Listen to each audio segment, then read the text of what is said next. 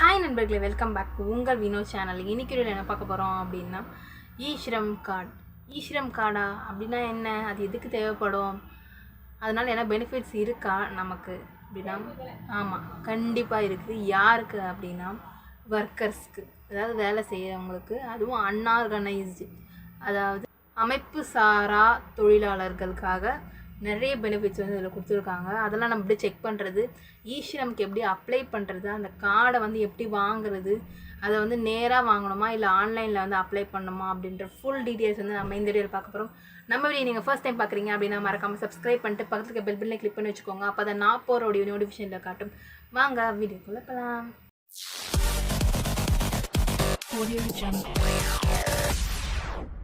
ஈஸ்ரம் அப்படின்னா இந்த ஸ்கீம் கொண்டு வந்தது யார் அப்படின்னா சென்ட்ரல் கவர்மெண்ட். நம்ம சென்ட்ரல் கவர்மெண்ட் தான் கொண்டு வந்திருக்கு. யார் அப்படின்னா அமைப்பு சாரா தொழிலாளர்கள், சுய தொழில் செய்கிறவங்களுக்காகவும், இஎஸ்சிபிஎஃப் வந்து வாங்காமல் யார் யாரெல்லாம் வந்து வேலை செய்கிறாங்களோ அவங்களுக்காகவும் இந்த முக்கியமான கொடுத்துருக்காங்க. இது யார் யாருக்கு மெயினாக பெனிஃபிட்ஸ் இருக்கும் அப்படின்னா, 100 நாள் வேலை செய்கிறவங்க, அதே மாதிரி ஏதாவது தானாகவே நம்மளோட சுய தொழில் செஞ்சு அது மூலியமா இருக்கவங்க, எந்த ஒரு அமைப்பிலையும் சாராமல் தனியாக சுய தொழில் செய்கிறவங்களுக்காகவும், இஎஸ்ஐபிஎஃப் எதுவுமே இல்லாமல் செய்கிறவங்களுக்காகவும் தான் இந்த ஸ்கீம் வந்து கொண்டு வந்திருக்காங்க. விண்ணப்பிக்க தகுதியானவர்கள் யார் யாரெல்லாம் அப்படின்னு கேட்டோன்னா, விவசாய தொழிலாளர்கள், இவங்க பால் விவசாயி, காய்கறி மற்றும் பழங்கள் விற்பனை செய்கிறவங்க, புலம்பெயர் தொழிலாளர்கள், அதுமாதிரி செங்கல் சூளை தொழிலாளர்கள், மீனவர்கள், மரம் அறுக்கும் தொழிலாளர்கள், லேபிளிங் அண்ட் பேக்கிங் பண்ணுறவங்க, தச்சர், பட்டுப்புழில் வளர்ப்பு தொழிலாளி, உப்பு தொழிலாளி, கட்டிடம் மற்றும் கட்டுமான தொழிலாளர்கள், வீட்டு வேலையாட்கள், முடி திருத்துபவர், செய்தித்தாள் விற்பனையாளர், ரிக்ஷா ஓட்டுநர், ஆட்டோ டிரைவர், பட்டு உற்பத்தி தொழிலாளி, வீட்டு வேலை செய்பவர்கள், MGNREGA தொழிலாளர்கள், தெரு வியாபாரிகள் அப்படின்னு சொல்லியிருக்காங்க. இவங்க எல்லாரும் என்ன பண்ணலாம் அப்படின்னா இதில் அப்ளை பண்ணலாம்.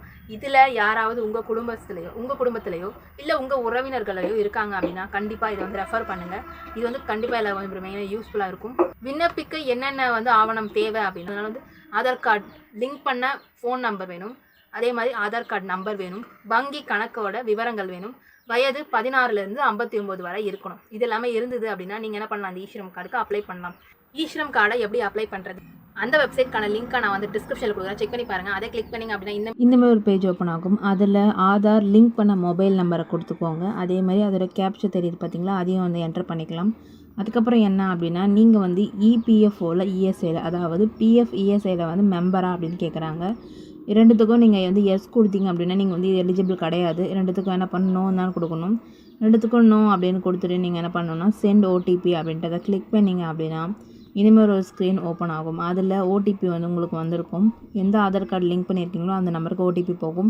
அந்த டைமுக்குள்ளே என்டர் பண்ணிவிட்டு நீங்கள் சப்மிட் கொடுக்கணும். சப்மிட் கொடுத்ததுக்கப்புறமா இந்த மாதிரி ஒரு ஸ்க்ரீன் ஓப்பன் ஆகும். அதில் உங்களோட ஆதார் நம்பர் வந்து என்டர் பண்ணுற மாதிரி இருக்கும்.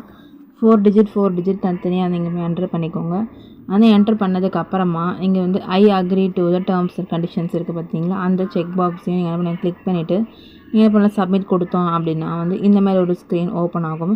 அதில் உங்களோட ஓடிபி வந்து என்டர் பண்ணுற மாதிரி இருக்கும். உங்கள் மொபைலுக்கு அந்த ஓடிபியை நீங்கள் வந்து டைமுக்குள்ளே வந்து என்டர் பண்ணிவிட்டு திரும்ப என்ன பண்ணணும், சப்மிட் கொடுத்தீங்க அப்படின்னா உங்களோட ஆதார் டீட்டெயில்ஸ் இருக்க மாதிரி ஒரு டேப் ஓப்பன் ஆகும். அதில் உங்கள் ஃபோட்டோ அதெல்லாம் காமிக்காது, ஒரு டேட் ஆஃப் பர்த் அப்புறம் உங்களோட ஜெண்டர் மட்டும் காமிக்கும். அதை மட்டும் கரெக்டாக செக் பண்ணிக்கோங்க. நெக்ஸ்ட்டு வந்து ரெஜிஸ்டர் மொபைல் நம்பர் எதுவோ அது வந்து டிஸ்பிளே ஆகும். எமர்ஜென்சி மொபைல் நம்பர் நீங்கள் கொடுத்தா கொடுக்கலாம், இல்லைனா வந்து கொடுக்க வேண்டாம். அதே மாதிரி இமெயில் அட்ரஸ் வந்து இருந்தால் கொடுக்கலாம், இல்லைனா வந்து கொடுக்க வேண்டாம். மேரிட்டல் ஸ்டேட்டஸ் வந்து மேரிட் ஆகிடுச்சா இல்லையா அப்படின்ற மாதிரி கேட்பாங்க, அதையும் நீங்கள் கொடுத்துடுங்க. ஃபாதர் நேம் என்ன அப்படின்றத கொடுத்துடுங்க. மதர் நேம் கொடுத்தா கொடுக்கலாம், கொடுக்க வேண்டாம். ஏன் அப்படின்னா அது வந்து மேண்டட்டரி கிடையாது. மேண்டட்டரி அப்படின்னு எப்படி சொல்கிறேன் அப்படின்னா அதில் ஸ்டார் போட்டிருக்கும், அதுதான் வந்து மேண்டட்டரி. அது இல்லை அப்படின்னா நீங்கள் வந்து மேண்டட்டரி கிடையாது, நீங்கள் வந்து அதை வந்து என்டர் பண்ணணும் அப்படின்றதும் கிடையாது. நெக்ஸ்ட்டு சோஷியல் கேட்டகரி என்னன்னு கேட்குறாங்க. அது என்ன அப்படின்னா கம்யூனிட்டி, உங்கள் கம்யூனிட்டி என்ன அப்படின்றத நீங்கள் கொடுக்கணும். நெக்ஸ்ட் என்ன அப்படின்னா உங்களோட பிளட் குரூப் என்ன அப்படின்றத கொடுத்தாலும் கொடுக்கலாம், இல்லைனா வந்து அந்த டேப்பை விட்டுடலாம். நெக்ஸ்ட்டு டிஃப்ரெண்ட்லி ஏபிள்டா நீங்கள் அப்படின்னு கேட்குறாங்க. எஸ்னா அதுக்குள்ள என்ன டைப் என்னன்னு கேட்கும். நோ அப்படின்னா நீங்கள் கொடுத்துட்டு நெக்ஸ்ட் வந்து நாமினி டீட்டெயில்ஸ்க்கு போயிடலாம். நாமினி டீட்டெயில்ஸ் வர நேம் என்ன அப்படின்றத கொடுத்துட்டு நாமினியோட டேட் ஆஃப் பர்த் என்ன அப்படின்றத கொடுத்துடலாம். நெக்ஸ்ட்டு ஜெண்டர் என்ன அப்படின்றத கொடுத்துட்டு அவங்க உங்களுக்கு என்ன ரிலேஷன்ஷிப் யார் அப்ளை பண்ண போகிறீங்களோ அவங்களுக்கு இந்த நாமினி எந்த ரிலேஷன்ஷிப் அப்படின்றத கொடுத்துடலாம். நெக்ஸ்ட்டு நாமினியோட அட்ரஸ் என்ன அப்படின்றதையும் நம்ம கொடுத்துட்டு நாமினியோட ஃபோன் நம்பர் என்ன அப்படின்றத கொடுத்துட்டு நம்ம என்ன பண்ணலாம் அப்படின்னா சேவ் அண்ட் கண்டினியூ அப்படின்றத கொடுக்க போகிறோம். எல்லாத்தையும் வந்து ஒன்ஸ்க்கு 2 டைம்ஸ் செக் பண்ணிக்கோங்க. ஏன்னா வந்து இந்த அப்ளிகேஷனில் அப்ளை பண்ணும்போது இது வந்து சென்ட்ரல் கவர்மெண்ட், அதனால் வந்து திரும்ப வந்து எடிட் பண்ணுறதுக்கு வந்து ஆப்ஷன் கொடுக்க மாட்டாங்க. அதனால் வந்து கிளியராக செக் பண்ணிவிட்டு அதுக்கப்புறமா வந்து சப்மிட் கொடுங்க.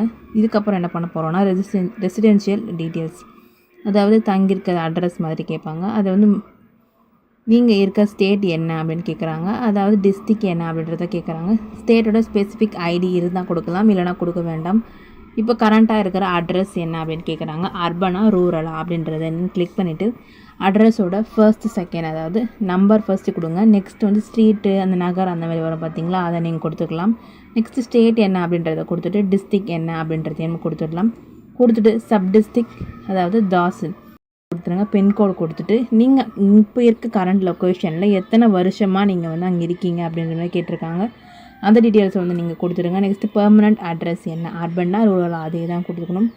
அதே டீட்டெயில்ஸை நீங்கள் இப்போ காப்பி பண்ணி இல்லை பேஸ்ட் பண்ணிக்கலாம். நெக்ஸ்ட் ஸ்டேட் என்ன, அதே மாதிரி டிஸ்ட்ரிக் என்ன, சப் டிஸ்ட்ரிக் என்ன, தாசில் என்ன, பின்கோடு என்னன்னு கொடுத்துட்டு சேவ் அண்ட் கண்டினியூ அப்படின்றத கொடுக்க போகிறோம். அது கொடுத்ததுக்கப்புறமா என்ன டேப் ஓப்பன் ஆகும் அப்படின்னா எஜுகேஷனல் குவாலிஃபிகேஷன்.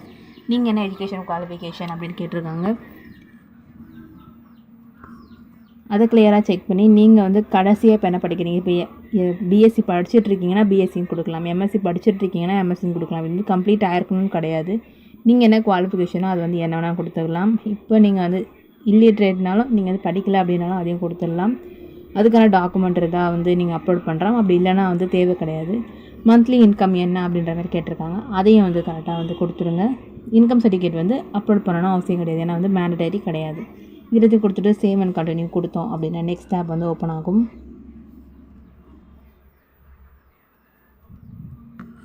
நெக்ஸ்ட் என்ன அப்படின்னா ஆக்குபேஷன் அண்ட் ஸ்கில்ஸ் கேட்டிருக்காங்க. வேலைவாய்ப்பு, உங்களுக்கு என்ன வேலை தெரியும், அதே மாதிரி ஸ்கில்ஸ் என்ன அப்படின்னு கேட்டிருக்காங்க. நீங்கள் வந்து ஒர்க் பண்ணுறீங்களா அப்படின்ற மாதிரி கேட்டிருக்காங்க. இப்போ வந்து அக்ரிகேட்டர், மொபைல் ஆப் பேஸ்ட், அதாவது ஊபர், ஓலா அந்த மாதிரி ஏதாவது நீங்கள் வேலை பார்க்குறீங்கன்னு கேட்டிருக்காங்க.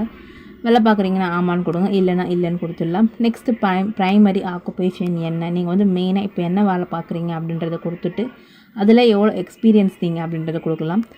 செகண்டரி ஆக்குபேஷன் இது இல்லாமல் வந்து வேறு ஏதாவது இருக்குது அப்படின்னா நீங்கள் அதை கொடுக்கலாம். அப்படி இல்லைன்னா நீங்கள் இது கொடுக்கணும்னு அவசியம் கிடையாது, ஏன்னா அது வந்து மேண்டட்டரி கிடையாது.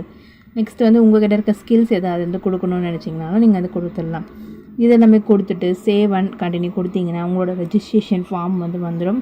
அதில் பேங்க் டீட்டெயில்ஸ் அப்படின்னு கொடுத்துருப்பாங்க. அதில் பேங்க் கூட ஆதார் கார்டு வந்து லிங்க் பண்ணியிருக்கீங்களா அப்படின்னு கேட்குறாங்க. லிங்க் பண்ணியிருக்கீங்கன்னா எஸ்ன்ற மாதிரி இருக்குங்க. இப்போ வந்து பேங்க் சீடிங் வித் ஆதார் கேட்குறாங்க, நோ அப்படின்னு கொடுத்துருக்காங்க. பேங்க் அக்கௌண்ட் நம்பர் என்ன அப்படின்றத கொடுத்துட்டு கன்ஃபார்ம், திரும்பவும் அக்கௌண்ட் நம்பர் கொடுத்துடுங்க. அக்கௌண்ட் ஹோல்டர் நேம் என்ன அப்படின்றத கொடுத்துட்டு ஐஎஃப்எஸ்சி கோடை சர்ச் பண்ணிங்கன்னா உங்கள் பேங்க் நேமும் பிரான்ச் நேமும் வந்து அது வந்து என்டர் ஆகிடும். அதுக்கப்புறமா நீங்கள் என்ன பண்ணலாம், சேவ் அண்ட் கண்டினியூ அப்படின்னு கொடுத்தீங்க அப்படின்னா நெக்ஸ்ட் ஆப் வந்து ஓப்பன் ஆகும்.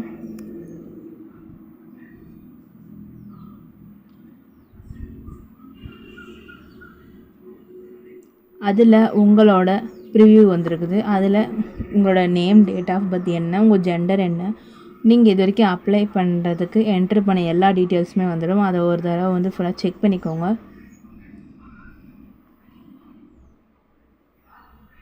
ஏன்னா ஒரு தடவை பண்ணது வந்து எடிட் பண்ண முடியாது, சில டைம் வந்து எடிட் ஆப்ஷன் கொடுக்க மாட்டாங்க, அதனால் நல்லா செக் பண்ணிக்கோங்க.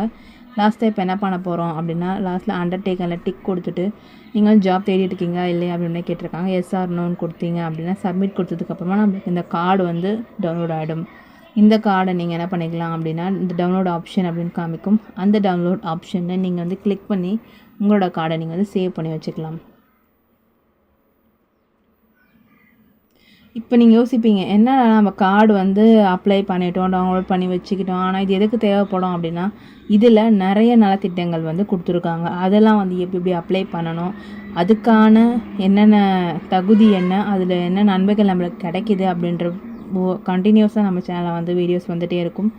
ஒரு ஸ்கீம்லேயும் வந்து ஒருத்தவங்க எப்படி அப்ளை பண்ணலாம் அப்படின்றதுக்கான ஃபுல் வீடியோ வரும். மறக்காமல் நம்ம சேனலை சப்ஸ்கிரைப் பண்ணிக்கோங்க. இந்த வீடியோ உங்களுக்கு யூஸ்ஃபுல்லாக இருந்திருக்கும் நம்புறேன். உங்கள் ஃப்ரெண்ட்ஸ் அண்ட் ஃபேமிலிஸ்க்கு, நண்பர்கள் மற்றும் உறவினர்களுக்கு உங்களுக்கு வந்து இது யூஸ்ஃபுல்லாக இருக்கணும் அப்படின்னா வீடியோவை ஷேர் பண்ணி விடுங்க. அப்போ வீடியோக்கு ஒரு லைக்கை தட்டி விட்டுருங்க. நம்ம சேனலை நீங்கள் சப்ஸ்கிரைப் பண்ணாமல் பார்த்துட்டு இருக்கீங்க அப்படின்னா மறக்காமல் சப்ஸ்கிரைப் பண்ணிட்டு பாருங்கள். எனக்கு அப்போ தான் வந்து கொஞ்சம் என்கரேஜாக இருக்கும், இன்னும் கொஞ்சம் வீடியோ போடணும் அப்படின்ற ஒரு ஈகர் வந்து வரும். அதனால் நீங்கள் வந்து மறக்காமல் சப்ஸ்கிரைப் பட்டனை தட்டிட்டு பார்ப்பீங்க அப்படின்னு நம்புறேன். நெக்ஸ்ட் ஒரு புதிய சந்திக்கிறேன். Until then bye from wait அதுக்கு முன்னாடி என்ன பார்க்கணும் அப்படின்னா நம்ம வாட்ஸ்அப் சேனலில் இது வரைக்கும் நீங்கள் ஃபாலோ பண்ணாமல் இருக்கீங்க அப்படின்னா மறக்காம ஃபாலோ பண்ணிக்கோங்க. எப்படி பண்ணணும் அப்படின்னா அதுக்கான லிங்க் நான் டிஸ்கிரிப்ஷன் கொடுக்குறேன், மறக்காம செக் பண்ணி பாருங்கள். அதை கிளிக் பண்ணிங்க அப்படின்னா உங்களோட வாட்ஸ்அப் இந்த மாதிரி ஓப்பன் ஆகும். அதில் வியூ சேனல் கொடுத்து உங்கள் வாட்ஸ்அப் ஓப்பன் பண்ணதுக்கப்புறமா ஃபாலோன்னு கொடுத்தீங்கன்னா நம்மளோட அப்டேட்ஸ் உங்கள் வாட்ஸ்அப்பில் வந்துடும்.